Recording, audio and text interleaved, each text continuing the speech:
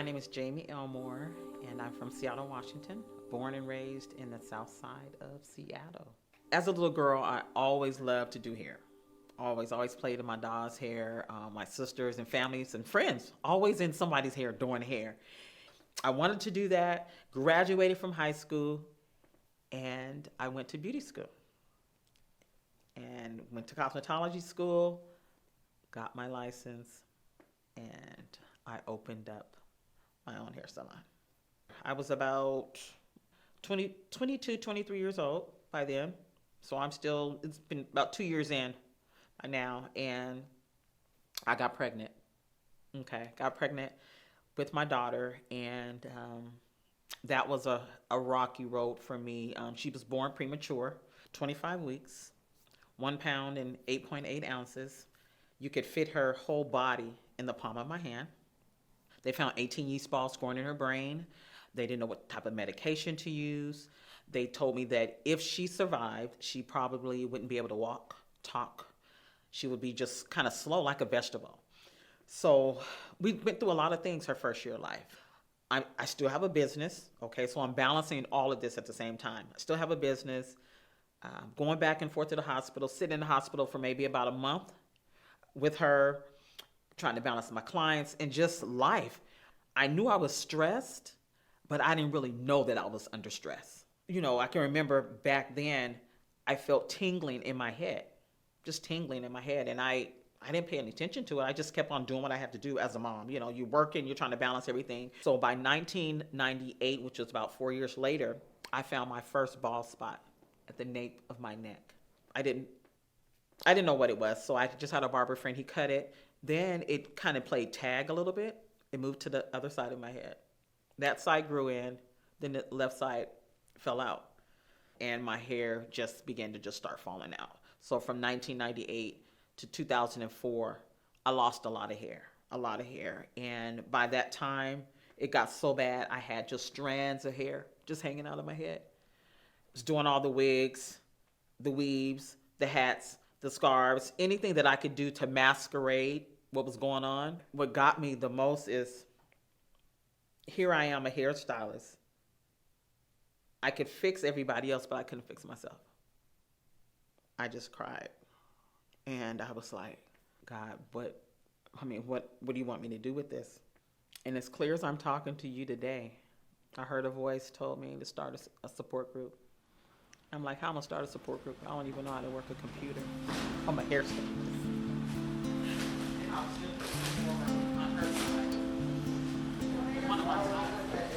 I have to show.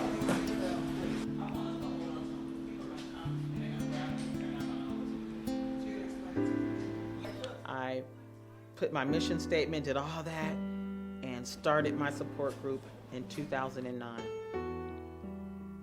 And when we pushed live and it went out to the world, to the atmosphere.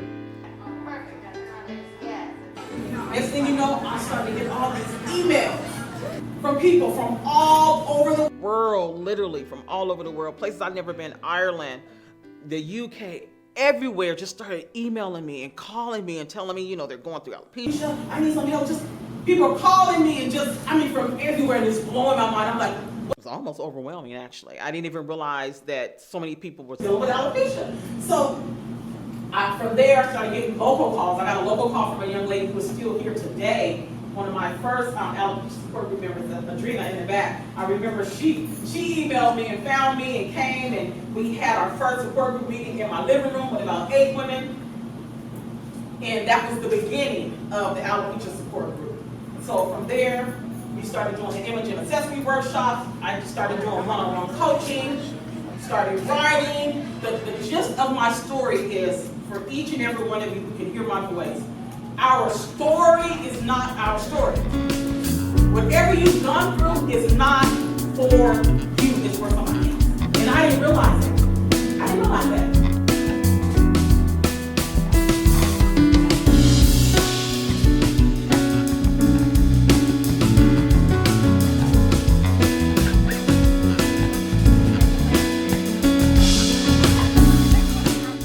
Being diagnosed with alopecia as a hairstylist was devastating for me. Number one, I had never seen alopecia before. I didn't even know what was going on. I'm doing people's hair, I'm wearing this wig. They're thinking that I have all these styles because that's what I did, as a hairstylist. And they never knew what I was gonna look like, a wig, a weave, or whatever. But little did they know I was really wearing it because I had to. I was hiding. So I was devastated, lost, didn't know what to do. And I felt like I was living As a time lie. went on, as I was getting close to finishing my probation, they supervisors, they started nitpicking at me for certain little things. You name it, they were picking at me for it. Tell me, how old were you when you were diagnosed with alopecia? 2006, I was. When were you diagnosed with alopecia? I was diagnosed with alopecia when I was 25 years old. 22. You was 22 when you were diagnosed? 22, yes. Okay. Tell us a little bit about what you do and who you are. Your story. I'm sorry, you're right. 32. Thank you. 32. I'm a hair replacement specialist. I've been doing that for 16 years. I specialize mainly with men with partial hair loss, and I've had a few female clients. Just started working at a job, and the job I was working with, it was a very hostile environment. I was just about to go through a divorce, going through college with 3 children on my own, and went to get my hair done, and my hairstylist let me know that she found a patch in my head. You were under a lot of stress. Exactly, under a lot of stress. And given that time, I didn't know. Well, I saw a spot, but I didn't pay it no mind. It was my wife who noticed how worse it had gotten. And she was the one who told me from looking in the mirror that I need to go see a doctor. I did see, as I was brushing my hair, a spot, real small, right over here. And to me, I didn't think nothing of it because my theory was, it's hair. It'll always grow back. It'll never mess up. Didn't think it was anything big, and as the year progressed, my patch started to grow. It took me about a year or so before I actually went in and was diagnosed with it. My wife is on the other couch over here, and she's looking at me, and she goes, something's wrong with your head. It doesn't look right. You need to go take a look in the mirror. So I'm like, okay. So as I'm telling her, I was like, I can't see the side. She's no problem. She gives me a mirror, turns me around, and I'm able to see. I didn't know about that trick. I didn't know about that. That's why I'm laughing. I didn't know about that trick.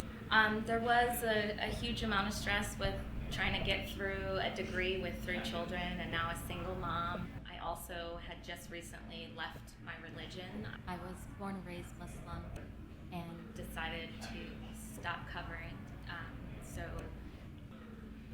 moving away from my family, the comfort of having that support with a religion and a family that I had definitely, I believe, brought on a lot of that stress. I felt embarrassed. I felt mainly embarrassed because, as you simply put, I'm the man. I shouldn't be losing hair. And then also, it was something that was beyond my control. So I felt that I'd be looked at different. I felt that if people saw me, their attention would go to my head. I hid it from my family, I hid it from my children. When I was diagnosed, my doctor told me and I broke. I cried. I at first wore braids, which proceeded to progress my alopecia and pulled out even more of my hair and much quicker. And then I went to wearing weaves, which is the same thing, it just covered a little better. Also, another thing I kind of was concerned about too was my wife. I was concerned that by me having it, she may not see me as attractive. You see what I'm saying? And then eventually my hairstylist let me know, you don't have enough anymore to hide this, and I really wanted you to consider wearing a wig. That was probably the hardest day for me, was realizing that I'm going from covering in a scarf to now covering in a wig, and it really made me question why I was doing it and what I was hiding from. recently, I've gotten to know more people with alopecia, where they have either Partial hair loss, but in spots that change, or total loss. so it's a little bit different approach into how I explain how to take care of themselves and take care of their hair and what solutions are. So it's expanded my knowledge and expanded kind of who I can reach. The first time I didn't know what to expect at all. And what I was met with was people who, I thought everybody there was confident and comfortable.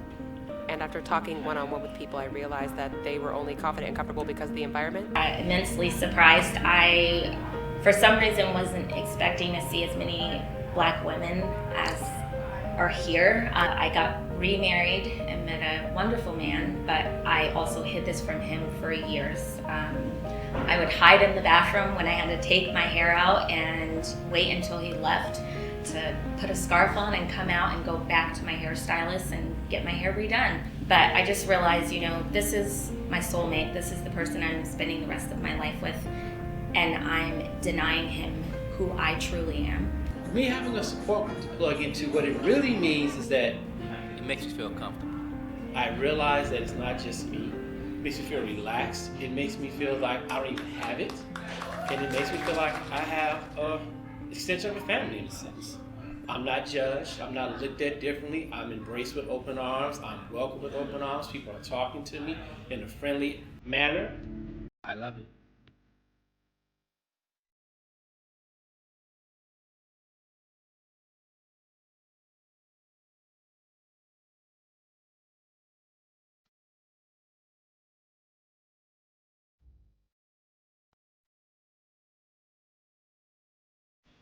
Yeah, I have my good days and my bad days when it comes to alopecia. And I think my most challenging days are when I go out and all the people are staring at me.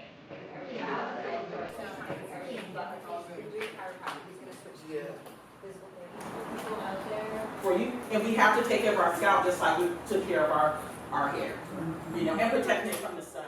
They're making a little comments. You can see their facial expressions and you're looking at you kind of side eye.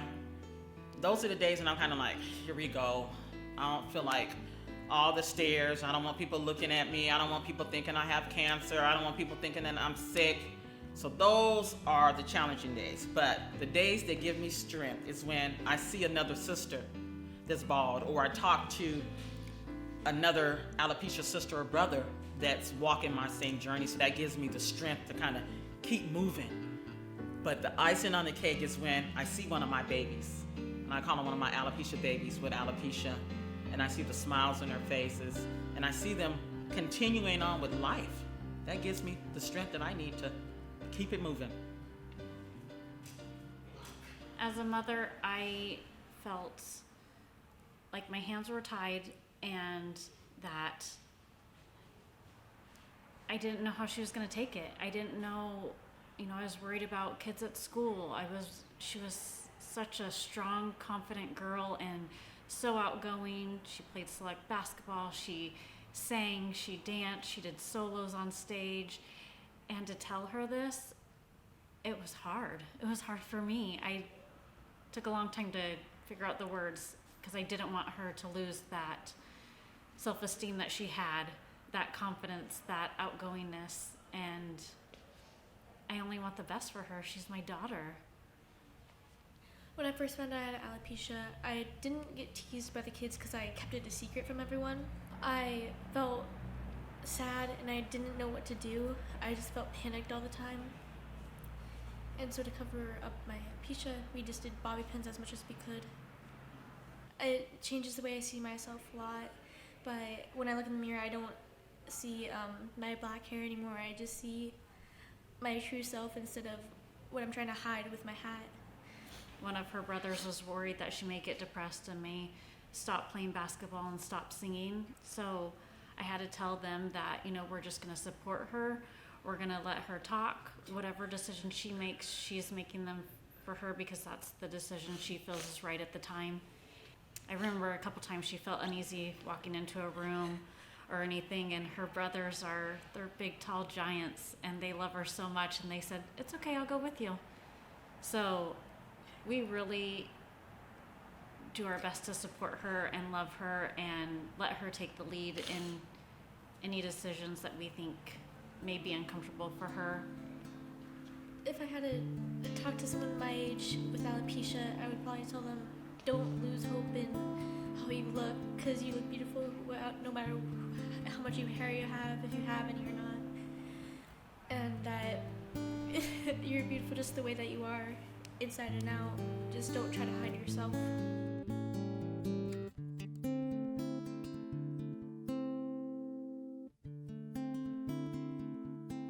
Donna, as a mother, how did it make you feel knowing that your son was losing his hair and there was nothing that you could do about it?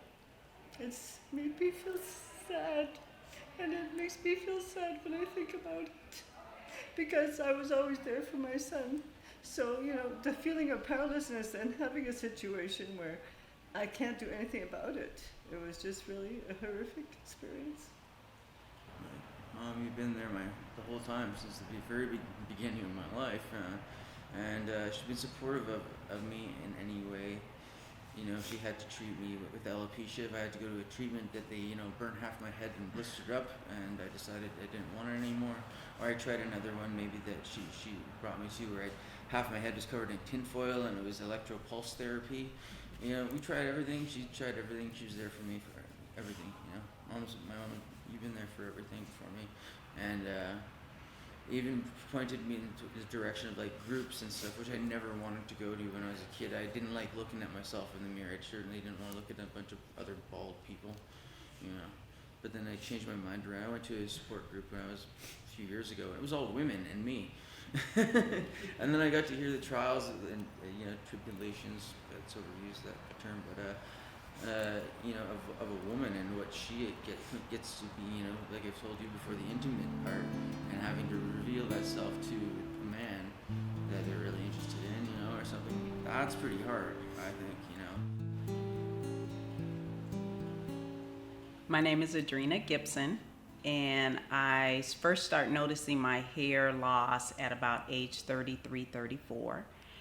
I was diagnosed with alopecia areata about age 38, having gone through many stages of covering up and hiding and being stressed out and not feeling normal, feeling like I wasn't a whole person, a whole woman.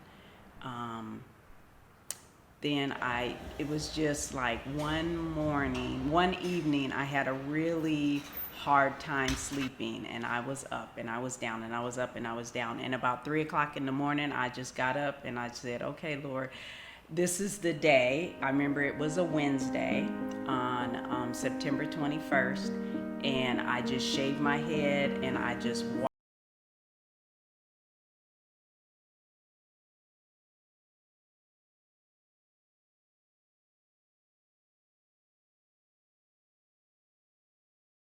Has a wrap on her head, and I had a wrap on my head as well because I did all the different styles. Remember, I wear a lot of people don't realize that their parents.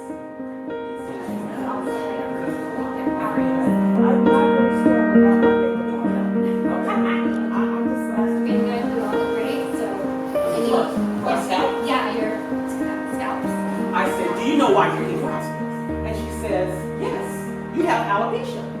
And I said, well, do you want to see? She said, yes, I want to see it.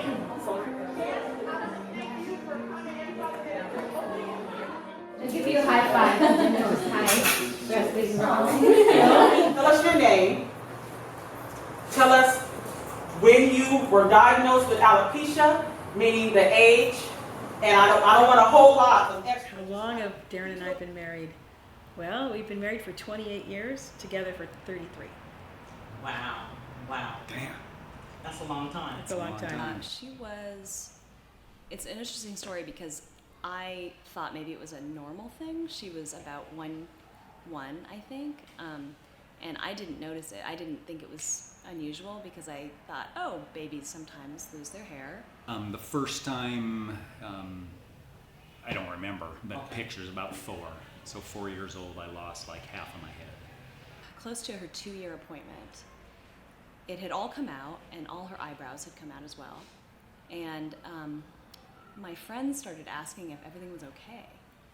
And I was a little defensive at first, thinking, yeah, everything's fine. What do you mean? I remember 8 million doctor appointments. I remember, 8 million or thousands of cortisone shots, that would spike hair growth for a minute, and then just another spot opens up 2 days later. And then we tried some experimental topical lotion just to try, because it was the safest option and it was something we could do that was not invasive. We weren't going to do shots. She was so young.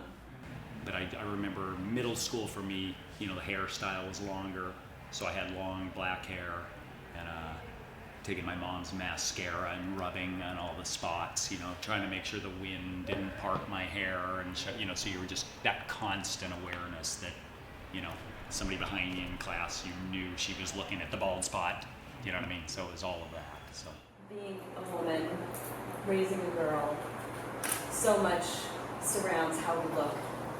And I was worried about how she would feel and her worth. And I didn't want her to have to deal with anything. As a mom, I didn't want her to suffer. And anyway, of course, nobody does.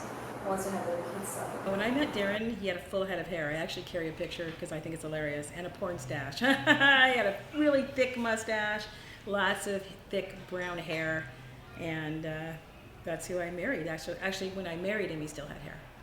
Maybe I was in denial, I'm not sure. But then we took her to her 2-year appointment, and we asked if this was okay, because she had started growing little tufts of hair in a few random spots on her head, and the doctor looked at her head and said, "Oh, that looks like alopecia areata." And she kind of gave us a pamphlet and sent us on our way. Did I notice any bald spots? No, as a matter of fact. I thought that was just normal losing hair, male pattern balding. Didn't think anything was different. His mom actually was the one who always cut his hair, so I thought maybe if he just had a cool haircut, because it was. He would not let me touch his hair. Sometimes he wouldn't want me to stand behind him. So I actually had him go to a hair salon, and they did a horrible job, and I felt guilty. And that was before I even realized that he had alopecia. So I didn't think it was a big deal. I mean, I'm late 20s, at this point. So the brutal time, I would say, is the 10, 11, 12, 13, 14, 15, 16 years old. If it doesn't just beat the crap out of you at that point, you pop out the other side and there's a life. So I think I was taking control of it at that point in my career. What impact did alopecia have on you guys' relationship? You first, Trish. Only that the insecurity that I was experiencing in the relationship when it came to his hair and being in the wind and being outside, I didn't realize that alopecia was what was happening. And how old are you now? I didn't realize that he was so concerned with what that was going on. And then at some point I started to notice that he would lose an eyelash or an eyebrow. And I would look at him and go, half your eyebrow's gone. That was after he'd already told me. But then it started being a joke. It was funny. So in the beginning, it didn't affect us. The person is who I was involved with, not, our theme song is "I'm Not My Hair" by NDRE, right? So it had nothing to do with, and the really aesthetics. I mean, it was the human being I was attracted to. Hair free to me was really me taking it back. Gotta even remember, I got this is 50 years ago. You weren't around. Yes. This wasn't around. There was no internet. I thought I was the only human being on the face of the planet dealing with this. I never knew anybody else had this. So and they tell you, oh, it's a kid issue. You're gonna grow out of it. So I was waiting to grow out of it. That didn't happen. She lost all her hair, and then it was growing back in tufts when she was diagnosed. And then she lost it again. The tufts came out.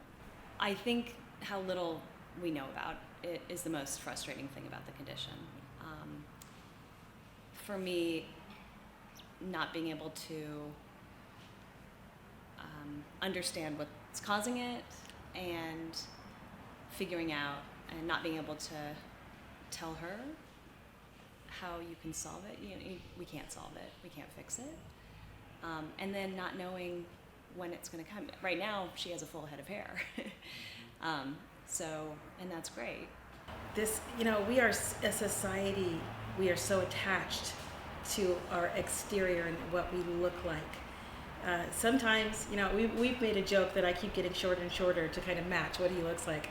So it really is, and I guess it depends on the person, man, but you got to be really sensitive and aware of how they're feeling on a daily basis. Sometimes they're going to be feeling empowered. Sometimes they're not going to be empowered.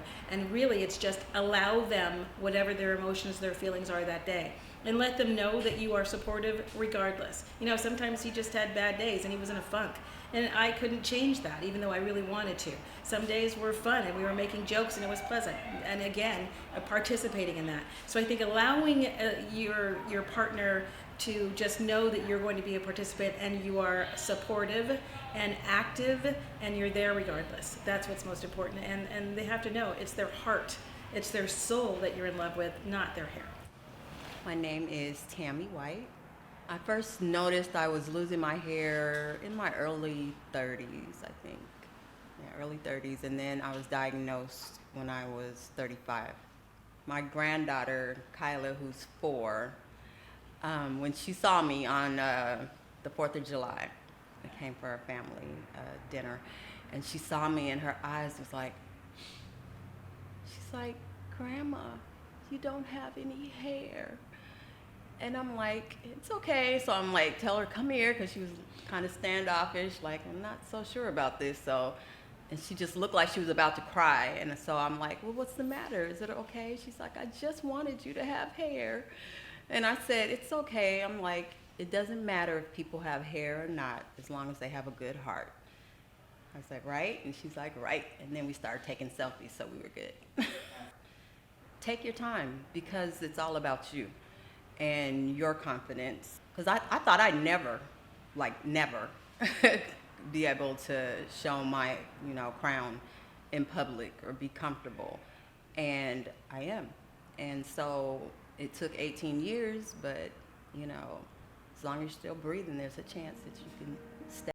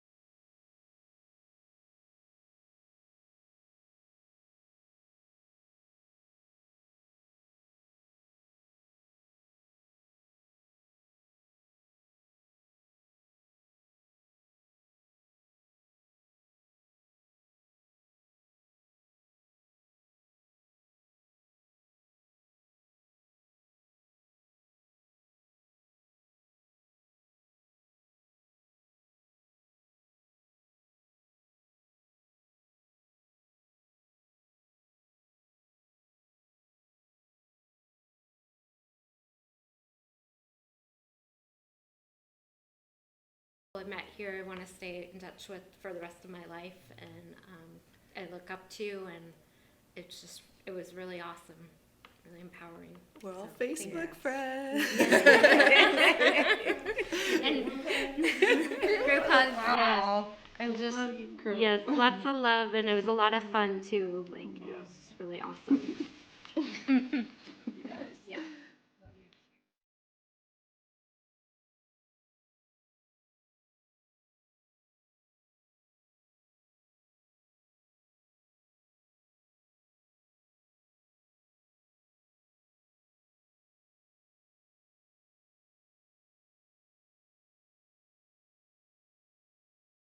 Oh, well, freshman year at Garfield High School, I was excited about being there, first of all.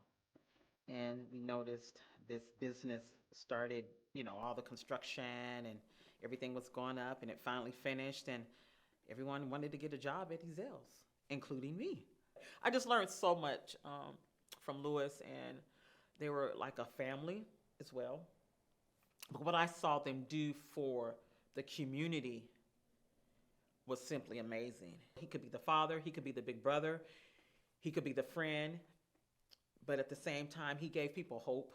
So this summer, we had planned our first hair loss retreat, and I'm packing, and I'm always checking my emails, and I looked and I got an email from a young lady who reached out to me through our website, and she tells me her name, tells me how old she is. She's 17 years old. She says, my name is, and I'm like, okay. She said, my name is Jazzy. I have alopecia, and I need some help. My name is Jasmine, and I'm from Paris, Kentucky, but people call me Jazzy. My name is Ada, and I am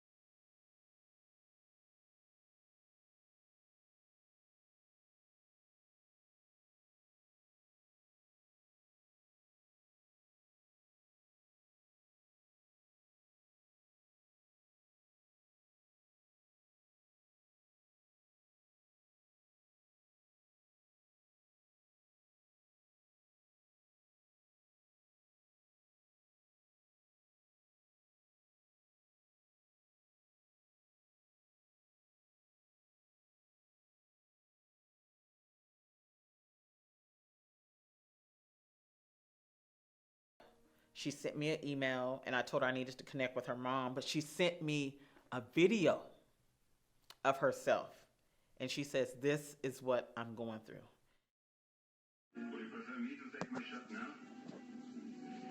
And when I saw the video, it gave me a flashback of what I looked like when I was going through alopecia, and it blew me away. And so I told her, I said, I would love to connect with you, but I need to talk to you and your mother. So we did a video chat for the first time, and I'm talking with her and her mother, and Jazzy's sitting in the background, and her eyes is big, and she just like looking at every word that I'm saying, and I asked her mom, how she's doing, and just kind of tell me her story. And it was Jazzy's first time ever seeing anybody in person with alopecia. Just hearing her talk about it just took so much weight off my shoulders, because I was like, I'm not alone. Mom wasn't lying when she said I wasn't the only person that has it. I felt so comfortable and loved, and it was breathtaking, because it was something that I had never felt before.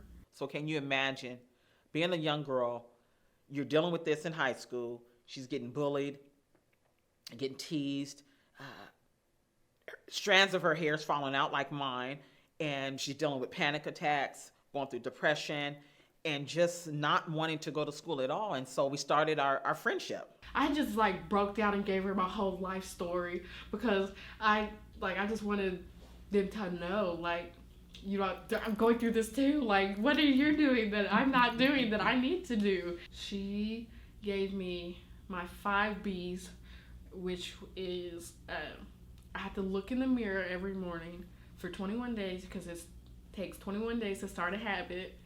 And I have to say, I am beautiful 5 times, and then I have to tell her that I did it. And that went on for about a month or so, and things got really dark for Jazzy. I don't really like myself.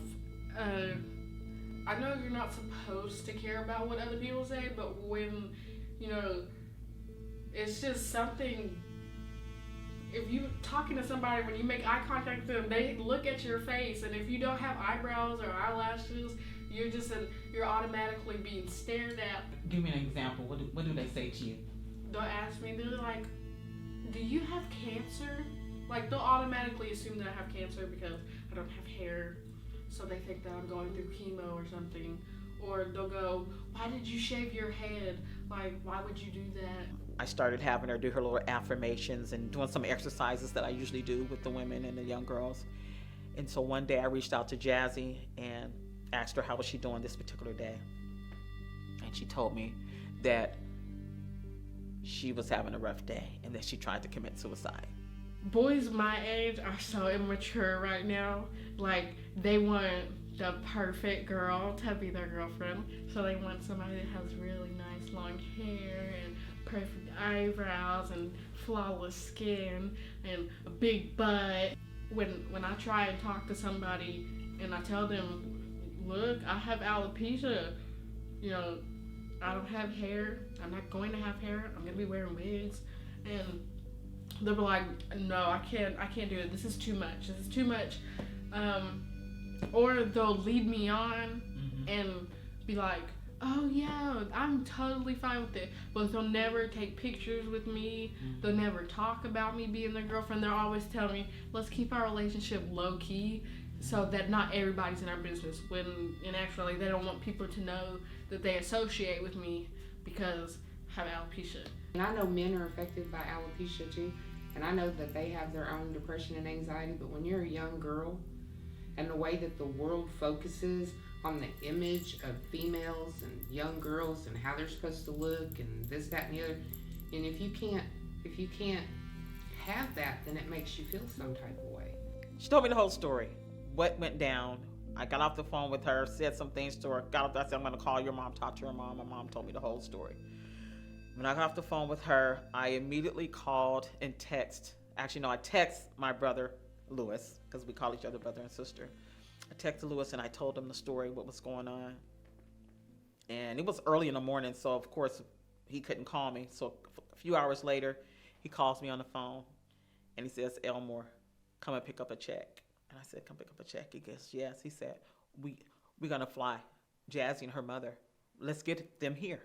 Bring them to Seattle so you can help them and do what you need to do.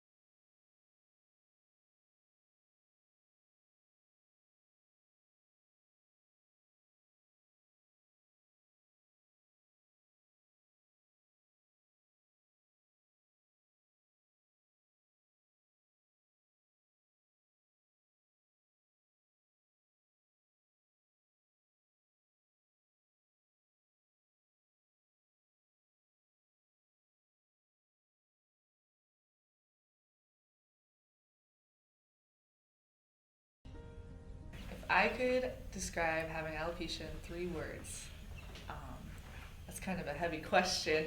I think one of those words would be kind of in a different take on things that I've learned is consistency. You know, you go through roller coasters and change, and one thing that has been consistent since I was 8 years old was my alopecia. When I think about my journey, I've actually only had one treatment.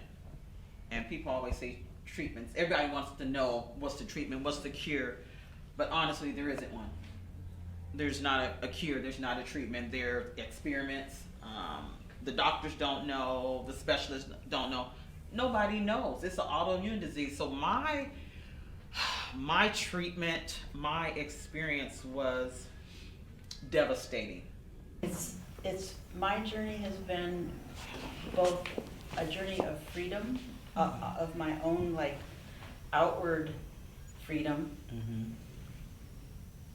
interspersed with the constriction that society continues to put on you and will. It does not get any better as you get older.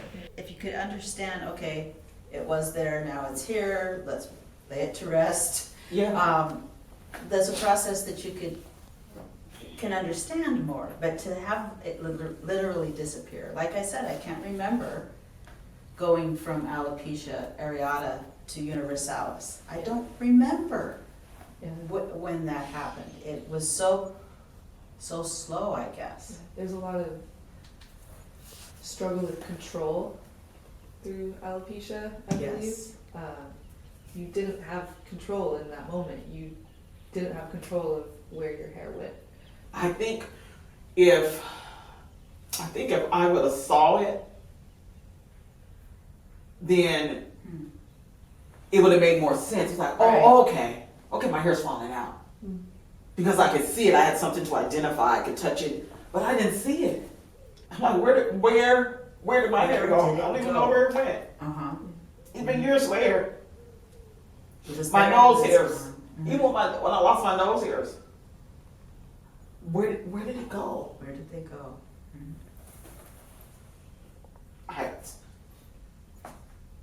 I don't know. There's different ways you can take that, and I think where I'm at in my stage, in my journey right now is choosing positivity, and that would actually probably be another word, is positivity and consistency through my journey is alopecia, and self-love. Learning to love who you are and love those around you, and surround yourself with people like you too, who know what you're going through and who love you, and just self-love is so important for yourself. There's this constant push to be who you are and a constant resistance. So what it does is force you to hone. Who is that? When you talk about self-love and self-care, who is that? Yes. And with each push back, there's, okay, but no, it's this. And so you're continually forced to hone who you are. Yes. It's a good thing possibly, but it can be a very exhausting thing. Yeah. But ultimately, it feels like a very positive thing. Yeah. Before, I didn't give myself permission to have self-love or to take time out for me. But now, with alopecia, now I give myself permission. Give myself permission just to say no. And just like, you know, Jamie, if you don't want to do nothing today, you don't got to do nothing. Yeah. Just relax. I didn't do that before. Yeah. So that's a blessing for me as far as having alopecia. Is that part of self-love, if I could explain it to you that way. That's, yeah, it was a blessing. Yeah.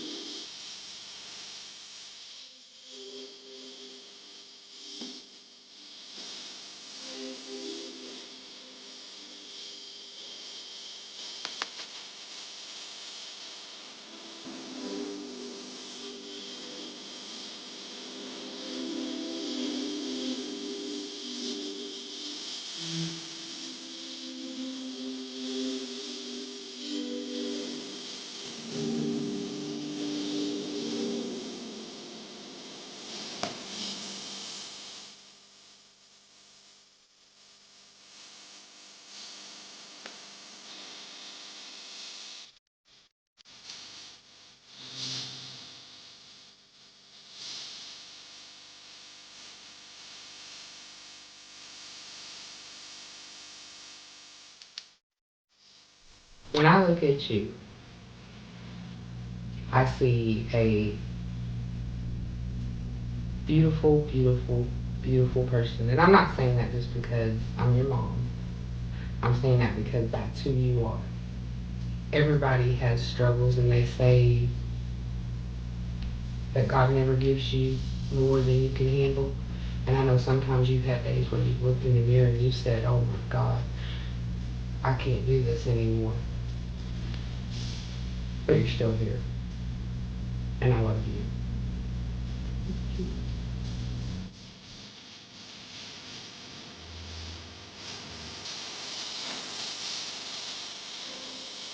It's like my biggest support, because I know, like, if one day everybody was to drop me, like, you would still be there. So I was like, I know that no matter what, you're always in there. I can fall back on you. Like my cushion, my hair mattress. Give each other a hug, please.